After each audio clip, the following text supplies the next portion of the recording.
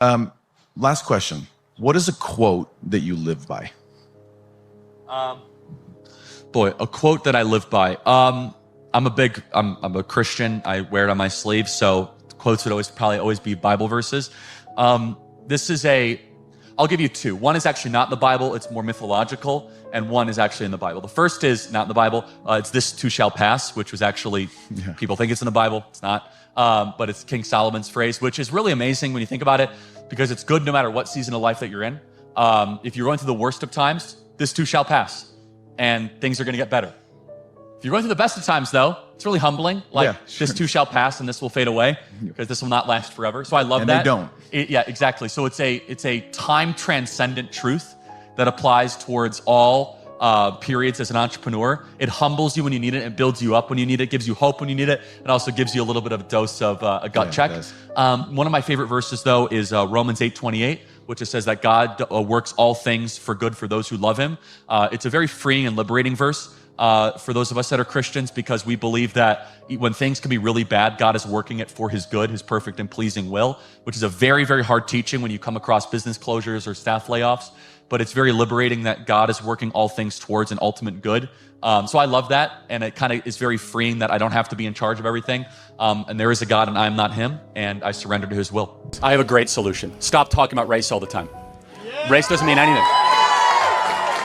Because I look at you not as a black guy, but as a human being made in the image of God, and I want to know what you bring to the table. Are you good at the job? Are you better than your competitor? Because let me just pause for a second. I just want you to hear out what we believe. Is that when you talk about race all the time, you start to resegregate society based on tribes, and you lose this idea of e pluribus unum, all made in the image of God, out of many one.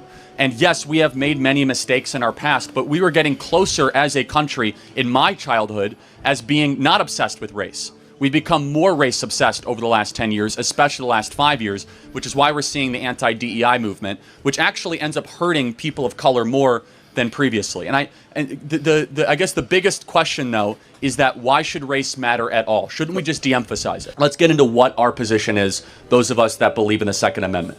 We fully acknowledge that when you have liberty, that you're going to have sometimes undesirable outcomes.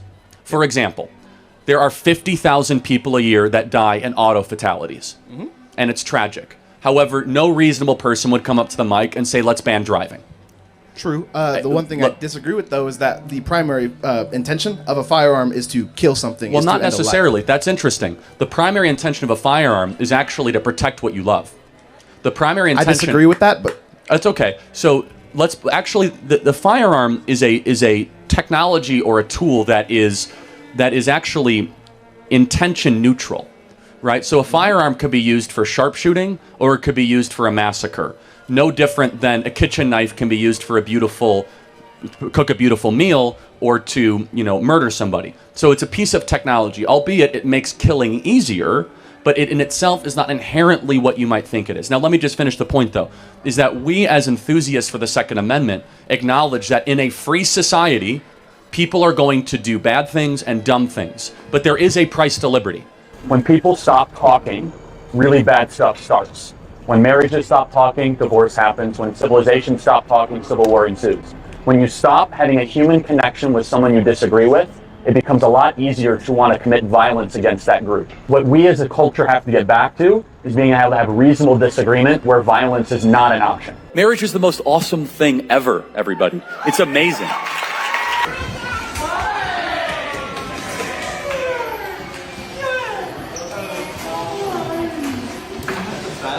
Sir Isaac Newton fell asleep underneath a tree, and then an apple hit him, kind of like this. So then he came up with the 3 laws. Okay, see, that's the issue, is you keep on thinking when you drop it, it comes back up, but it doesn't, okay? The 3 laws of Newtonian physics. You're going to be quizzed on this later, An object at rest will stay at rest. For every action, there's an equal and opposite reaction. For example, if I push it, it goes towards. And finally, force equals mass times acceleration. Any questions? I honor the Sabbath every week, and I encourage everyone to do this. Turn off your phone for 1 day a week. The world will keep on turning and you will be happier. What that has meant for our marriage, by honoring the Sabbath, it makes it easier to spend time with the kids, to go to church, to be with one another, and to kind of have a holy covering around that. And so I encourage all of you guys, you are not so important where you have to have your phone on every single day. Pick 1 day a week. For us, it's Friday night to Sunday morning. I turn my phone off completely. I'm unreachable by the outside world. My mind gets clarified.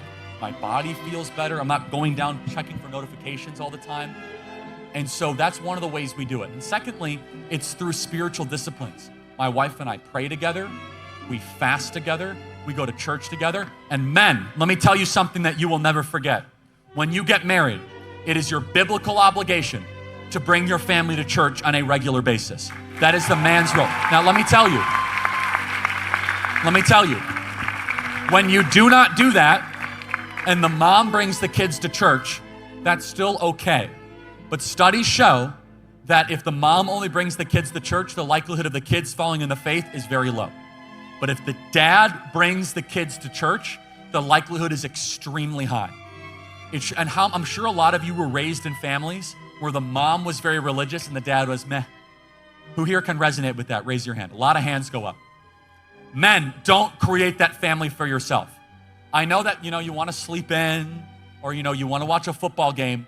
Get your act together, bring your wife, bring your kids, and bring them to church.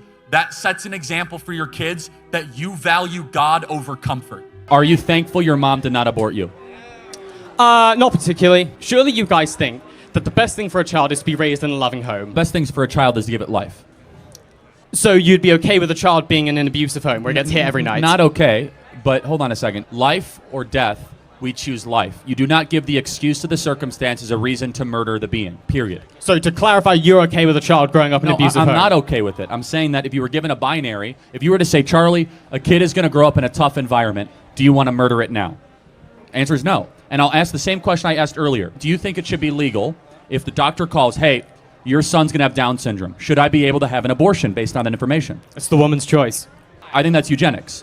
I think it's eugenics if all of a sudden you're terminating a being based on whether or not it doesn't have an IQ as high as yours. It's the woman's choice regardless. Saying the woman's choice is the same moral paradigm of how we got to Nazi Germany. It's the same thing. It's dehumanizing language. It's that they're not human. They're not worthy of protection. It's just someone's choice. It doesn't matter if they're eliminated. They were going to have a bad life anyway. Let's just get rid of them. Where we have to make moral arguments is even if it's difficult, hard, painful, and there's a struggle, life is beautiful and life is worthy of protection. But here's something we all know. Because God wrote this on the human heart of every individual, as it says in the book of Romans.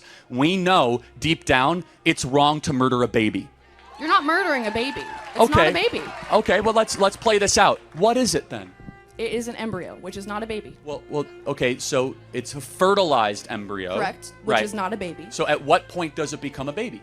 When it is born. Oh.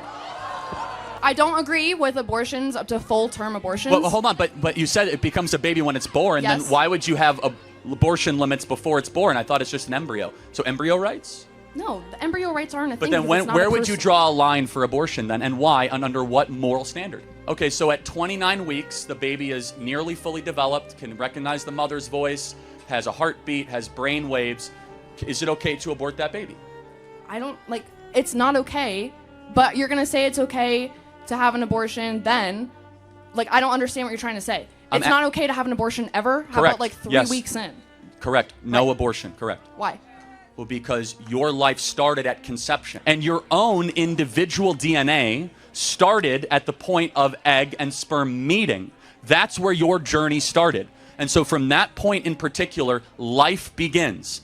Not at birth, not at first words, not at first steps, but when your DNA, which is who you actually are.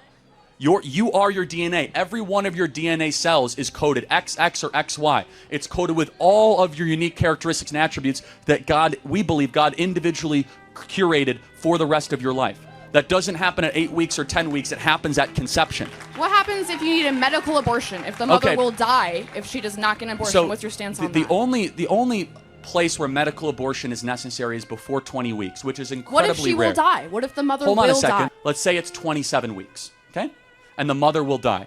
Why shouldn't, you could agree, why don't we just have the baby delivered by cesarean section? You know what a cesarean section is, right? Yes. What is a cesarean A section? C-section? Yeah, why wouldn't we just put the baby out by C-section instead of terminating it? Because if the mother will die, No, it's not safe but to you, do that. You remove the baby. I understand. Threat removed. I know what a C-section But is. it's actually safer than an abortion. Wow, look at that. Beautiful. Look at that.